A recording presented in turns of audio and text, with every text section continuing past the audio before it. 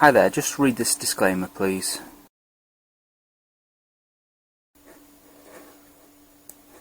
Alright guys, how's it going? So a few days ago, when was it, 27th, a few days ago, this article about Lindsell Train funds being downgraded by, who is it they're getting downgraded by?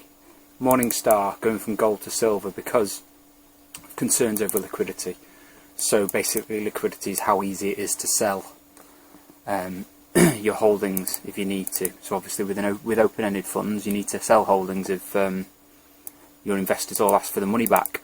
So similar to what happened with Woodford, he had lots of investors asking for the money back and he couldn't sell stuff that he would have preferred to sell, so he ended up selling more liquid stuff and it all went to crap. So to be honest, that's, I don't know, I'm hoping that is what the commentators and these people who rate funds are overreacting to. I'm hoping, because the thing is, well, basically they're saying that the LF Lindsell Train UK equity has gone from gold to bronze, skipped silver, and Finsbury, which is the one I own, so that's why I'm interested in this, because I own Finsbury, has gone from gold to silver. Presumably it's silver instead of bronze because it's a closed-ended fund, so actually liquidity shouldn't really matter. According to the note from Peter Brunt, Associate Director, the chief concerns over Lindsell Train seems to be that the fund's large inflows in recent years, given the high concentrated nature of the portfolio. Nick Train only seems to have like 20 to 30 stocks in his portfolio, unlike others that have like about 100. I think City of London has over 100. So he has very concentrated portfolios. While such ownership levels do not conflict with the long-term investment approach, they could make the fund far less nimble to respond to adverse circumstances, like a liquidity event. So I mean, I take from that sentence that they're thinking, in massive downturns, investment managers might want to sell stuff and get into stuff that's more of a bargain, which is probably what some investors do. But I mean, I've gone looking for quotes that kind of show that actually that's not what Nick Train does. Nick Train is interested in long-term investment purely.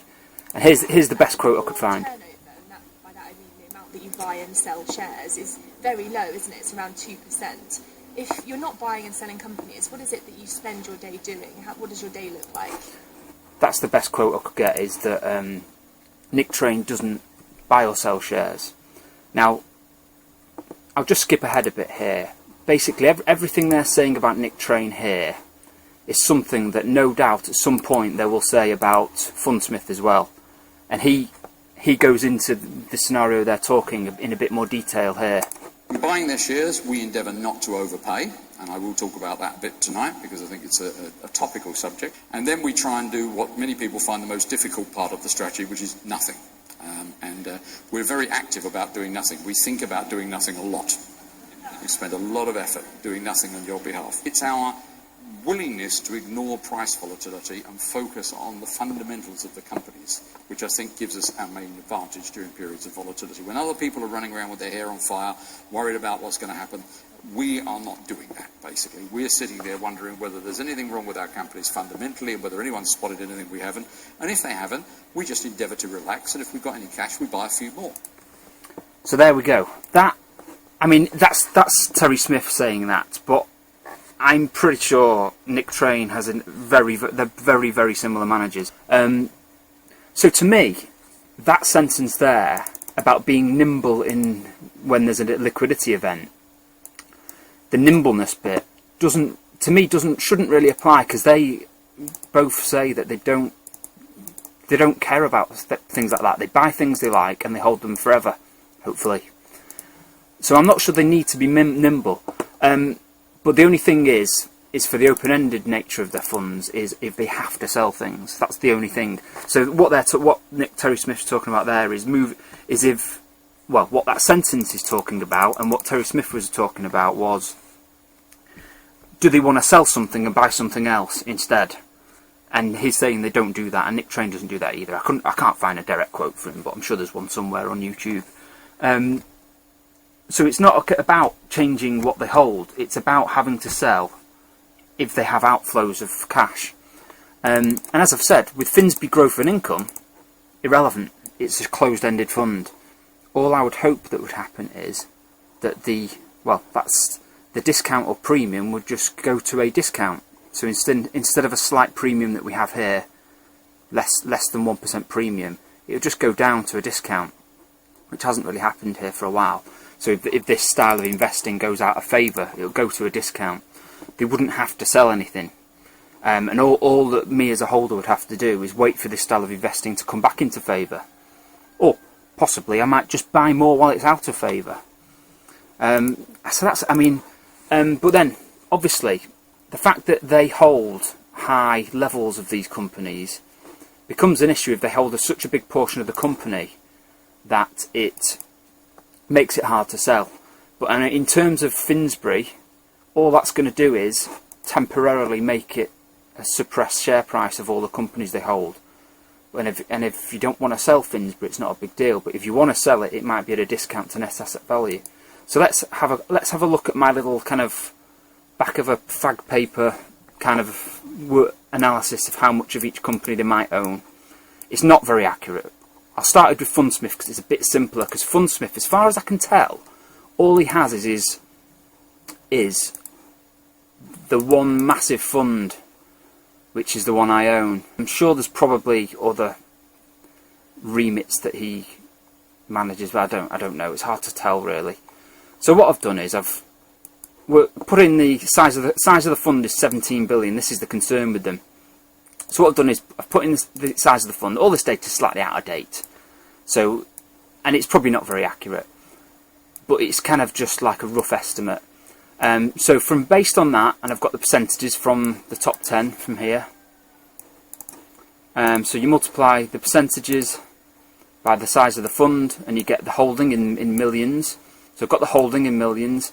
Then what I've done is I've clicked into each of these companies individually, found the market capitalisation there, and put it into this column here. I've used 0.76 pounds to the dollar and 0.86 to the euro when it's in euros. So that's the value of the company roughly, and obviously that is the percentage of the company that Fundsmith owns in this fund, in this open-ended fund. So as you can see there, I don't know. I'd like some feedback actually. If anyone knows what is the percentage of a company where it suddenly becomes hard to sell if people are asking for the money back. Because the highest one we've got here is Waters Corporation at nearly 6%. And the rest of them are all below, well, they're all below 1% except these two.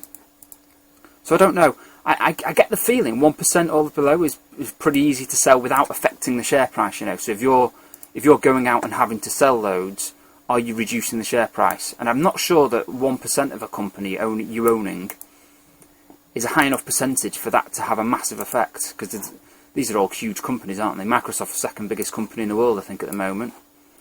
Over $1 trillion. So I don't know. I mean, is that too high? Could that be a worry, Waters? And obviously we don't know about, this is only the top 10. There's the lower companies are a lower proportion of the fund, so less than 3.93%, but they might be smaller companies, the ones, but you know, from 11 to 20, how many does he own? 11 to 27. They could be really smaller companies, even though there's a low percentage. So this number, who knows, it might be higher than this, it might be lower than this for the other 17 companies. I don't know, it's hard to tell. But then for Lindsell Train, as far as I can tell, there's 3 main funds, and then there's one small one, and then God knows what else. I don't know what else he manages. Because the thing is, so I've done the same thing. The UK equity one, all these percentages, bit more of a worry. There are quite a few, 4 of them that are above 5% of the company that they own. And then for the global equity one he runs, lower percentages. But then you've got to think, if Lindsell Train has outflows from one fund, Lindsell Train's probably going to have outflows from all of his funds at the same time, if it happens. You know, if their style of managing goes out of favour, or if the whole market just dives, you've got to think that he'd have outflows out of all of them. So what I've done here is I've done Finsbury's top 10, so as to, because that's what matters to me. This is what I own. And I've just added up all of the overlaps. I've added up the percentages they own. So there are quite a few high numbers here. So it is a bit of a worry. I don't know, because I don't know though. I don't know if 7%, is 7% too big a portion of the company to sell it without having an effect on the share price, i.e. the share price going lower because you're a seller. It goes lower, rather than just being like a one-man selling. If you sell £5,000 worth of Microsoft, it's not going to affect the price. You'll just take the price the market's setting. But if you're selling 6% of a company, you then become the person who's setting the price, because you're selling more than people want to buy, maybe. So I don't know, it's hard to say. I mean, but I think what I'll do is I'll take the philosophy of, yes, this liquidity issue here could be, the share price of these companies could be affected if these two funds that he runs have massive outflows, because these might be high percentages. But if that happens, it's not going to affect Finsbury Investment Trust isn't going to have to sell these at knockdown prices. He might end up having to sell these sell the companies in these two funds at knockdown prices because he has outflows. But what I'm thinking is he doesn't have to sell these. He can just hold on to them until they recover. So while he's going through the bad time that might happen, sell on these two funds, this fund will probably go to a discount to net asset value. But once he's finished doing the selling and that moment's over, that bad period is over, he still owns these. He hasn't had to sell them at a discount that he would have had to done in these two funds. So what I'm thinking to myself is that maybe there is some truth in what this article says and the downgrade from Morningstar. Is it Morningstar? I forget the name. But I think I'm okay with Finsbury because it's open-end, because it's closed-ended. Possibly volatility in the price, but I'm quite good at not caring about that, to be honest. Fundsmith, it's a smaller holding for me anyway. For one, it's about half the size of my 15 grand compared to Finsbury. But also he's got better percentages of my rough estimates of the percentages of each company he owns. It's a bit better. It's not quite as bad as the Lindsell Train percentages here that are like over 5% for 5 companies. So yeah, I mean, maybe that's why this article is about Lindsell Train rather than it being about Fundsmith, perhaps. I don't know. Anyway, advise me. What do you guys think? Should I take note of that article and do something? Should I reduce my Finsbury or Fundsmith? I don't know. It's hard to say. I forgot to mention the. So one of the other things the article says is that it stops the managers from being able to go into smaller companies, which is absolutely right. The thing is,